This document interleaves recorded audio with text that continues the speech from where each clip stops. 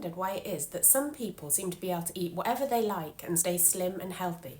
They don't have to give it a second thought. Whilst for you to be able to lose weight and keep it off, you always have to do some type of restrictive diet, low-carb diet, low-fat diet, or even a low-protein diet. If you just ate whatever you liked, you would gain weight in seconds. You're always having to do some type of restrictive diet. Why is that? Why can they eat whatever they like, but you can't? Or have you ever tried a diet that your friend who gained a little bit of weight is using to be able to lose weight? And it worked well for her, but it didn't work for you at all. In fact, it made you gain weight.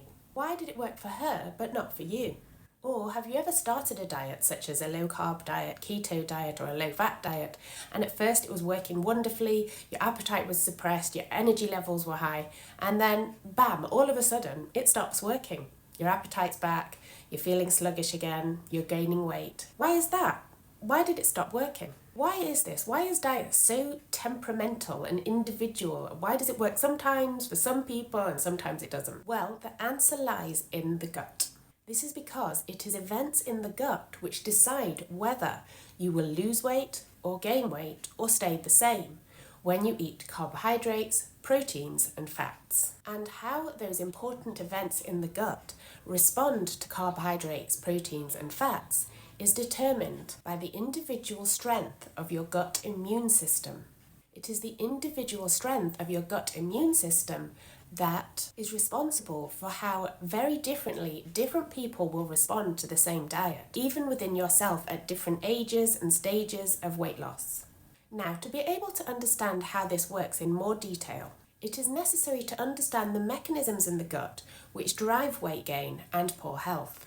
When you understand that, you can understand how the strength of the immune system affects your tolerance for mixing carbohydrates, proteins and fats. i.e., can you get away with eating whatever you like?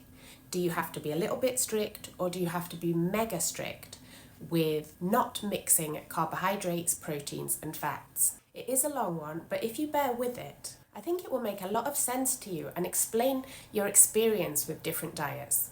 And ultimately, it will help you to make better choices that will suit you and your own individual gut immune system strength. I have described the important gut mechanisms in other videos, but let's just do the necessary recap here. So, what are these faulty events in the gut that cause obesity? It is this. Bile in the intestines gets damaged by problem gut bacteria, which results in the formation of bacterially damaged bile. This is a toxic type of bile. This bacterially damaged toxic bile induces obesity and poor health in two ways. First is that it reduces the secretion of GLP-1, which induces leptin resistance, inducing obesity and multiple symptoms of poor health. And the second negative effect of this bacterially damaged toxic bile is due to the fact that toxic bile is highly inflammatory in the gut, so it causes gut inflammation and leaky gut. And this leaky gut, where bacteria and other elements in the gut are able to leak into the blood system, induces inflammation throughout the body and therefore inflammatory symptoms in the gut and throughout the body. The necessary conditions for the formation of this bacterially damaged toxic bile are sufficiently high levels of problem gut bacteria and sufficiently high levels of bile. You need both problem gut bacteria and bile to result in the formation of bacterially damaged toxic bile. The reason that the type of food that we eat matters so much when it comes to trying to reverse obesity and poor health is because it is the type of food that we eat that determines the levels of bile and problem gut bacteria in our intestine.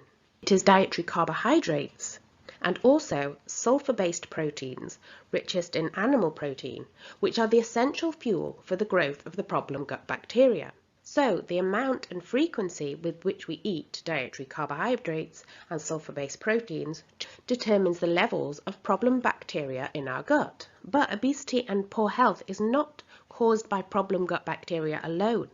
There is another element which is required for problem gut bacteria to be able to induce obesity and poor health, and that is bile, because it is ultimately the damaged bile that is the cause of obesity and poor health. And the levels of bile in the intestine is determined by the amount and frequency of dietary fat consumption.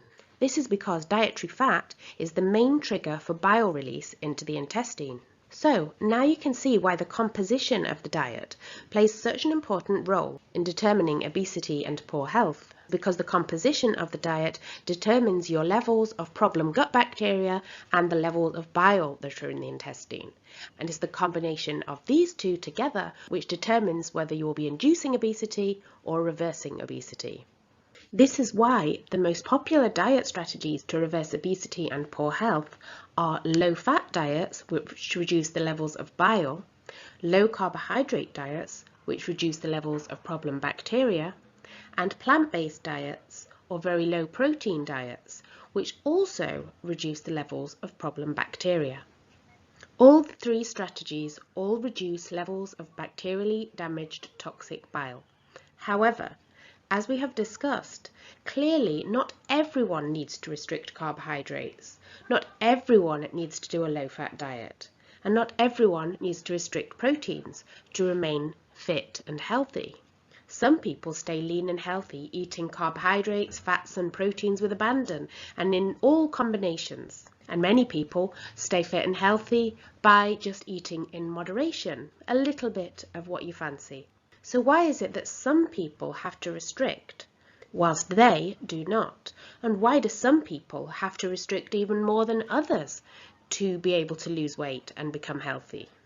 Why is there so much variability in how much we have to restrict to be able to prevent the formation of this bacterially damaged toxic bile which causes obesity and poor health? Why is it that your partner can just cut back on biscuits and lose 20 pounds, whilst you are stuck eating only steak or only potatoes or these incredibly restrictive diets? It is because our tolerance for combining fats, carbohydrates, sugars and proteins is highly individual. It is different between people, and it even changes within yourself for various reasons over time, as I will discuss. So what is it that determines our tolerance for combining carbohydrates, fats and proteins? Remember that the ultimate goal of any diet is to prevent the formation of bacterially damaged toxic bile. And for some people, they can eat whatever they like and not form this bacterially damaged toxic bile. But for some people, they have to be incredibly strict with what they eat to avoid the formation of this toxic bile. What is it that determines our tolerance for food and whether we will form bacterially damaged toxic bile very easily, or whether we can eat almost whatever we like and not form that bacterially damaged toxic bile? The thing which makes the difference, the thing which determines our tolerance for what we can eat, is our intestinal immune system, our gut immune system. And the reason that the gut immune system controls our tolerance is because it is the gut immune system that decides whether our gut bacteria will become overgrown in response to carbohydrates and proteins, or whether it will stay low. I.e., can we tolerate a lot of carbohydrates and proteins, or do we have to avoid them to keep the levels of bacteria low? Someone with a strong gut immune system can eat carbohydrates and proteins liberally, and their strong gut immune system will keep levels of problem bacteria low. Because they have such a strong gut immune system, they have awesome tolerance for eating carbohydrates and proteins. Their problem gut bacteria remain low, and that means that they can tolerate eating more fat with their carbohydrates and proteins, because the bile that is induced from eating fat does not get damaged, because levels of problem gut bacteria are kept low by the strong immune system. However, a person who has a weakened gut immune system, when they eat carbohydrates and proteins, their problem gut bacteria becomes overgrown. And when the problem gut bacteria becomes overgrown, they lose their tolerance for eating more fat, because the bile that is induced from eating fat is readily damaged by the high levels of problem gut bacteria. When they combine carbohydrates, proteins and fats, this is the perfect environment to create high levels of bacterially damaged toxic bile. The person with a weakened gut immune system has lost their tolerance for combining carbohydrates, proteins and fats. When they combine carbohydrates, proteins and fats, They readily create the bacterially damaged toxic bile, which induces obesity and poor health. The poor soul with a weakened gut immune system is going to have to restrict either carbohydrates or sulfur-based proteins to keep levels of problem bacteria down, or they are going to have to restrict dietary fats to keep levels of bile down, because of the fact they are more likely to have an overgrowth of the problem bacteria, which will damage it. They have to restrict carbohydrates or proteins or fats to compensate for the incompetence of their gut immune system to keep the levels of the problem gut bacteria down. And people with a very weakened gut immune system may need to restrict more than one thing. For example, a ketogenic diet. This is both low protein and low carbohydrate.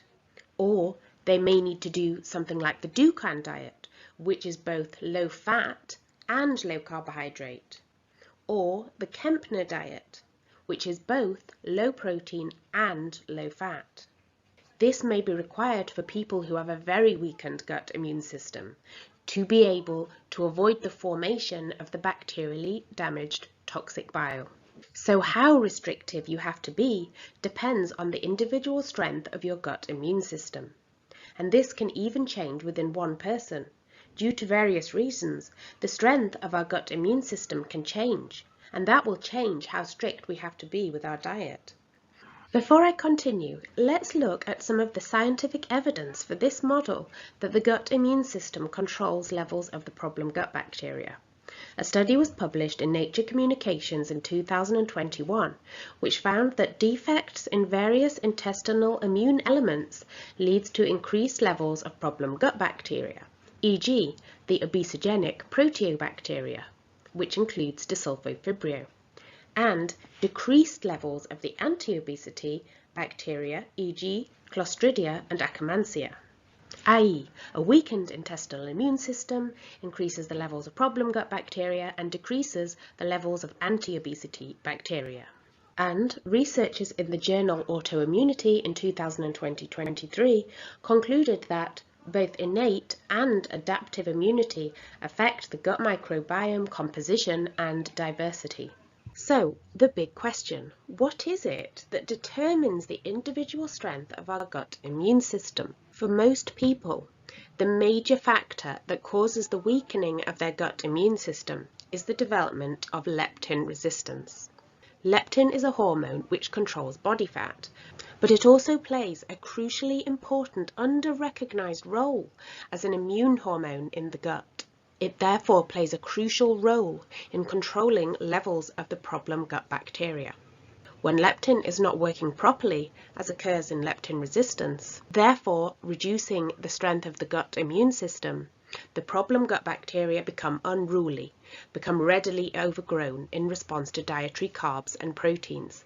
That is the situation that so many of us find ourselves in. We have developed leptin resistance, and now a weakness of the gut immune system, and therefore a gut microbiome which becomes readily overgrown in response to eating carbohydrates and sulfur-based proteins. Before we continue, let's look at the evidence that leptin plays an important role in the strength of the gut immune system. This study, published in the journal Endocrinology, found that mice deficient in leptin action are obese with altered microbiota. Antimicrobial peptides in the gut were decreased, which is relevant because, according to the authors, antimicrobial peptides represent a major mechanism by which the host influences the gut microbiome. And these findings were supported by a study published in 2020, which found that leptin administration increased bacterial diversity, which is the hallmark of a well-controlled gut microbiome. And in another study published in 2019, researchers concluded that leptin deficiency caused major changes in the mouse gut microbiota composition, with a notable reduction of Akkermansia mucinophilia. Reduced levels of Akkermansia mucinophilia is another hallmark of a poorly controlled, overgrown gut microbiome. They also noted in the leptin-deficient mice an increase in microbial functions related to energy harvesting. i.e. low leptin levels increase the types of bacteria which are better able to extract energy from food, which obviously is not what we want if we're trying to lose weight. The next question then is, what caused us to develop this leptin resistance in the first place? What caused me to develop it while someone else did not? Well, some people are born with leptin resistance. If the mother had leptin resistance and obesity, that affects the gut microbiome and increases leptin resistance in the developing unborn child. And they are born with that inherent weakness of the gut to control levels of the problem bacteria. The major cause of leptin resistance for most people is the Western diet, i.e. the diet that is eaten in most modern societies. The Western diet is high in all the macronutrients: high fat, high sugar, high refined carbs, and high protein. This presents a major challenge for the gut immune system, because it feeds the gut bacteria everything it needs to become overgrown in the gut. Think of most Western meals. They are high in all the macronutrients, e.g. egg on buttered toast, high in protein, carbohydrates, and fat, or a chicken mayo sandwich high in protein, fat, and carbohydrates, burger and chips high in protein, carbohydrates, and fats. The gut immune system faces a major challenge to keep levels of problem bacteria down when we are eating these very mixed macro meals, especially when every meal is high in all the macronutrients. Bad bacteria never get a chance to fall, and the good bacteria never get a chance to replenish. When the gut immune system finally fails in this challenge to keep levels of the problem gut bacteria down, and this is then combined with a high-fat diet which triggers lots of bile, you get the formation of bacterially damaged toxic bile, which induces leptin resistance and obesity. And this leptin resistance not only induces obesity and the onset of weight gain, it also triggers the initial weakening of the gut immune system, because a failure of leptin means a failure of immune function.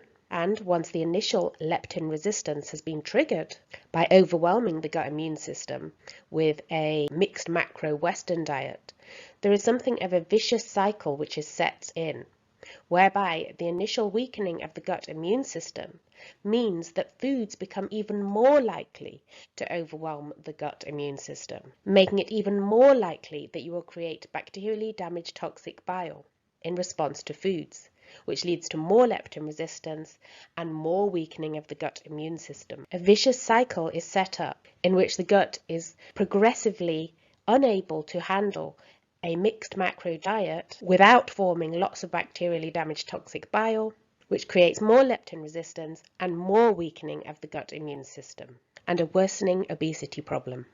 And once you have developed this weakened gut immune system, you have now lost your tolerance for even a more healthy type of mixed macronutrient diet, like the everything in moderation Mediterranean style diet.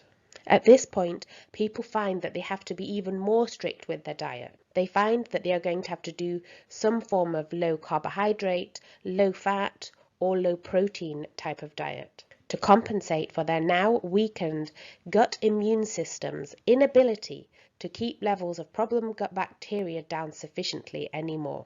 The healthy mixed macro Mediterranean diet that might be keeping your friend healthy and slim now no longer works for you, even if you do cut out particularly unhealthy aspects of a Western diet, because now you have developed leptin resistance and a weakened gut immune system. You've lost your tolerance for that healthy, everything in moderation Mediterranean style diet. Now, how likely you are to become leptin resistant as a result of a Western diet is also highly individual. We all know that lucky person who makes us sick because they can eat whatever they like and do no exercise and never gain weight. They are people who genetically have a very strong, robust gut immune system. Their gut immune system is able to keep levels of the problem gut bacteria down low, even with the onslaught of a Western diet which feeds the bacteria and a lack of exercise. Because their super strong gut immune system is able to keep levels of the problem gut bacteria down low, they are able to eat pretty much anything without forming the bacterially damaged toxic bile, which causes leptin resistance and obesity. Their gut immune system is able to handle anything that is thrown at it. Many of us as children had very strong gut immune system, and we were able to eat what we liked without gaining weight. However, for most of us who are not blessed genetically with a super strong gut immune system, at some point the Western diet overwhelms our gut defenses. This could be as a teenager when you became more sedentary or started eating more junk food. Or it could be when you became pregnant, for example. Pregnancy is a major point where many people develop leptin resistance and a weakening of the gut immune system for the first time. This is because when we are pregnant, the body lowers the immune system to ensure that our body doesn't reject the developing fetus. Unfortunately, that has a negative side effect for the mother. The lowering of the immune system during pregnancy means that the gut microbiome becomes more readily overgrown in response to food, and this means that bacterially damaged toxic bile forms more readily in response to food. This means that pregnant mothers are at much greater risk of becoming leptin resistant, gaining weight, and developing this irreversible weakening of the gut immune system for the first time. It is this weakened gut immune system and the subsequent overgrowth of gut bacteria that is responsible for gestational diabetes and other metabolic poor health symptoms which develop during pregnancy, as well as the very well-known effect of weight gain that so many mothers experience. That isn't just because they were eating for two. The overgrowth of gut bacteria as a response to the reduced immune system increased their appetite, causing them to eat more, and reduced their metabolic rate, and reduced fat burning, causing them to accumulate body fat. And the development of the weakened gut immune system, which is irreversible, is why women who gained weight during pregnancy struggle so badly to lose it afterward. They now have a weakened gut immune system, and now, to be able to keep the gut free of bacterially damaged toxic bile to keep the weight off, they are now going to have to do some type of restrictive diet to prevent that forever, or take weight loss medications. And then, to make matters worse for people who have already gained some weight, there is another big leptin problem. Leptin is a hormone which is produced by fat cells. That means that when you lose body fat, you actually lose leptin hormone. The more weight you lose, the more leptin you lose. And because you are leptin resistant, the body senses this as a leptin deficiency. And because we know that leptin plays an important role in the gut immune system, that means that the more weight you lose and the lower your leptin levels become, the weaker your gut immune system becomes also. The more weight you lose, the more and more difficult it becomes for your gut to keep levels of the problem gut bacteria down. It means that the more weight you lose, the more strict you are going to have to get with your diet to be able to keep levels of the problem gut bacteria low. And when you lose a lot of weight, your body senses a big leptin deficiency, so your gut immune system can become very weakened indeed. This progressive weakening of the gut immune system as you lose more and more weight explains why the diet that worked well at first eventually stops working for people who are losing a lot of weight. For example, someone doing a low carbohydrate diet may start out just reducing carbohydrates to 30 grams a day with no other changes and find that they start losing weight rapidly and impressively. However, after a while, they hit a plateau. It stops working. They find that to keep losing weight, they have to reduce carbohydrates even more to get the scale moving again. And then they hit another plateau, and they find they have to reduce carbohydrates even more, to the point that they are on a completely zero carb diet, i.e. a carnivore diet. And then many find that they have to even start restricting protein as well to keep the scale moving down after a while. They keep having to get more and more strict with their diet because their falling leptin levels as they lose more weight keep weakening their gut immune system, so they have to get even more strict with their diet to compensate for the weakening gut immune system's inability to keep levels of the problem gut bacteria low. This is why these types of diet, which target the gut bacteria, which help to keep the levels of gut bacteria low, are so much more effective for long-term weight loss than just calorie restriction. When people just do calorie restriction and don't focus on eating in a way that will keep levels of problem gut bacteria down low, the more weight they lose, the more likely their gut is to be able to form bacterially damaged toxic bile, which drives weight regain. When people focus on trying to keep levels of problem bacteria low, even in the face of a weakened gut immune system, they are able to prevent the formation of the bacterially damaged bile, which drives weight regain. So they avoid the rebound weight regain, which is almost inevitable in people who just calorie restrict without focusing on trying to keep levels of problem gut bacteria low, i.e. compensating for the weakened gut immune system.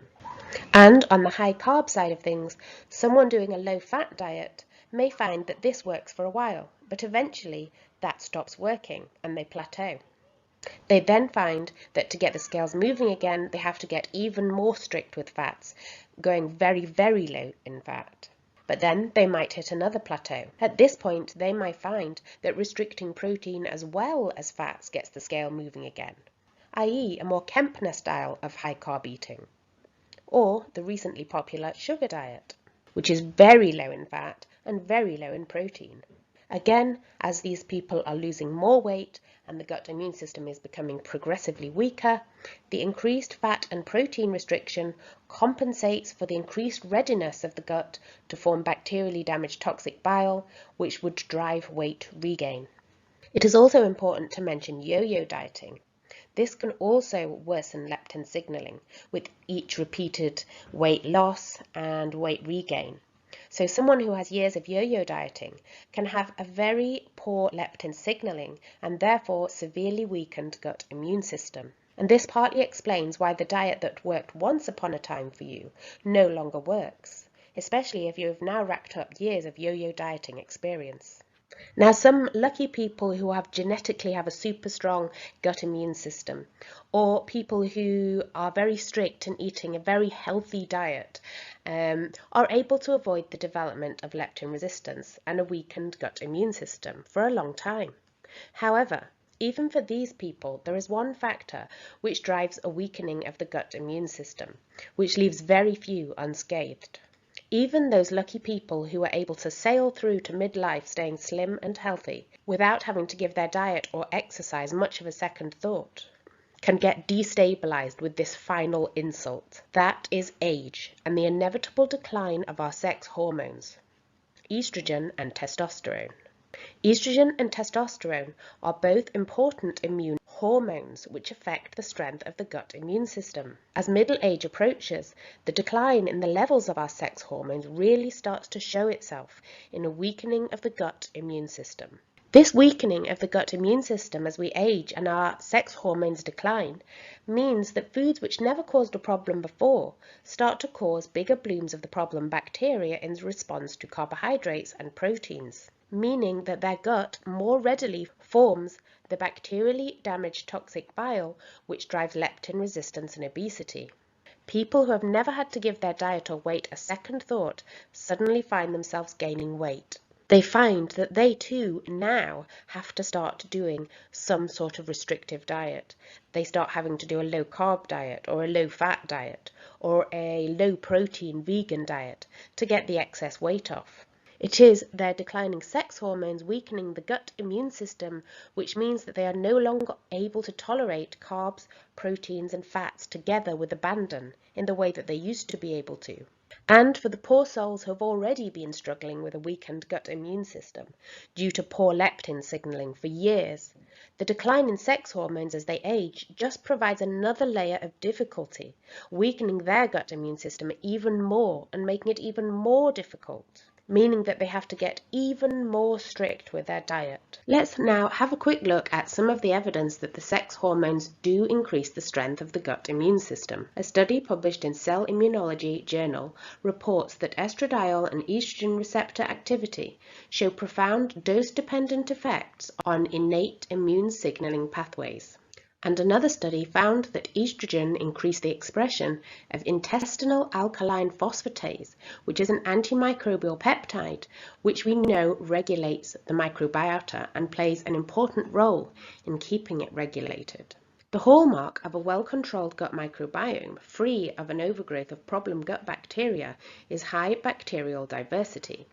A study published in 2022 found that high levels of estrogen increased bacterial diversity, whilst low levels of estrogen decreased gut microbiome diversity. The researchers reported that estrogen had a profound effect on the microbiome. And another study, also published in 2022, found that higher estrogen levels are associated with higher abundance of bacteria, which are strongly associated with leanness, and a lower abundance of bacteria, which are strongly associated with obesity. These researchers concluded that higher estrogen levels causally increased bacterial diversity, i.e., higher estrogen levels must be keeping levels of the problem gut bacteria low, as we know that increased bacterial diversity is only found when levels of the problem gut bacteria are low. The same was found for high levels of testosterone. Men with high levels of testosterone had a more diverse microbiome, which again reflects a gut microbiome which is free of bacterial overgrowth. So it is clear that the individual strength of our gut immune system is strongly affected by levels of leptin, leptin resistance, and our sex hormones. And the individual strength of our own individual gut immune system determines how we individually will respond to dietary carbohydrates, dietary proteins, and dietary fats in combination. And the fact that we all respond so differently to diet means that no one knows if a particular diet will work for you individually or not. Consider person A. She has already lost 30 pounds and wants to lose another 30 pounds. She also has a long history of yo-yo dieting over the last 20 years. This woman is also menopausal, which means that she has lower sex hormones. Now she looks at person B. Person B looks amazing, super leaned and toned. Person A thinks, I want to do whatever she did because then I will look like that too. No, it doesn't work like that. Person B only lost 15 pounds of weight. She doesn't have a long history of yo-yo dieting. Therefore, her leptin signaling was only slightly weakened, and her gut immune system was only slightly weakened. For person B to lose the 15 pounds that she gained, she only had to make a minor change to her diet, like eating more protein and reducing desserts and biscuits. And this was enough to compensate for her slightly weakened gut immune system to prevent the formation of the bacterially damaged bile. That was all that was needed. A minor change to her diet. This is not going to work for person A. Her gut immune system is far more severely weakened through years of yo-yo dieting, prior fat loss. The fact that she's already lost 30 pounds of weight means that she already has a very weakened gut immune system. Person A will not get the same results that person B got just from increasing protein and cutting out desserts and biscuits. This is because they have a totally different strength of their gut immune system. The best bet for person A is to copy people who have a similar weight history as them, someone who has years of yo-yo dieting, someone who lost as much weight as they want to lose, and someone who is a similar age and even sex. The strategy that worked for them will be much more likely to work for you because they will have a much more similar gut immune strength. And they have clearly found a strategy which is able to effectively compensate for that amount of immune system weakness. You need to find what worked for others with the same pathology as you. Not all obesity is the same. The underlying pathology of the obesity of different people, it can be very different, and therefore they require a different treatment.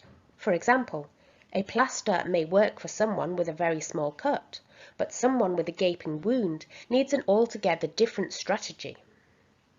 You need to find the strategy that is effective to compensate for your own individual level of gut immune system weakness. Which macronutrient ratio has worked best for you to lose weight and keep it off in the long term? A carnivore diet, high protein, low carb, moderate fat. A ketovore diet, low protein, very low carb, high fat. Or a higher carb approach, high carb, high protein, low fat. as Cole Robinson is doing, high carb, low protein, low fat, i.e. a sort of Kempner style way of eating? Or did anyone actually lose weight on an everything in moderation style diet? It would be especially interesting to hear what type of diet worked at different ages and stages of weight loss, i.e. what worked at first, what worked after significant weight loss, what worked to get the last 15 to 13 pounds off, and what worked best for the long term. I would love to hear your N=1 experiences in the comments. The more N=1 experiences we have, the more clear will become the picture of which type of diet works at different ages and stages of our life and of our weight loss journey. Would love to hear from you and hopefully see you in the next one.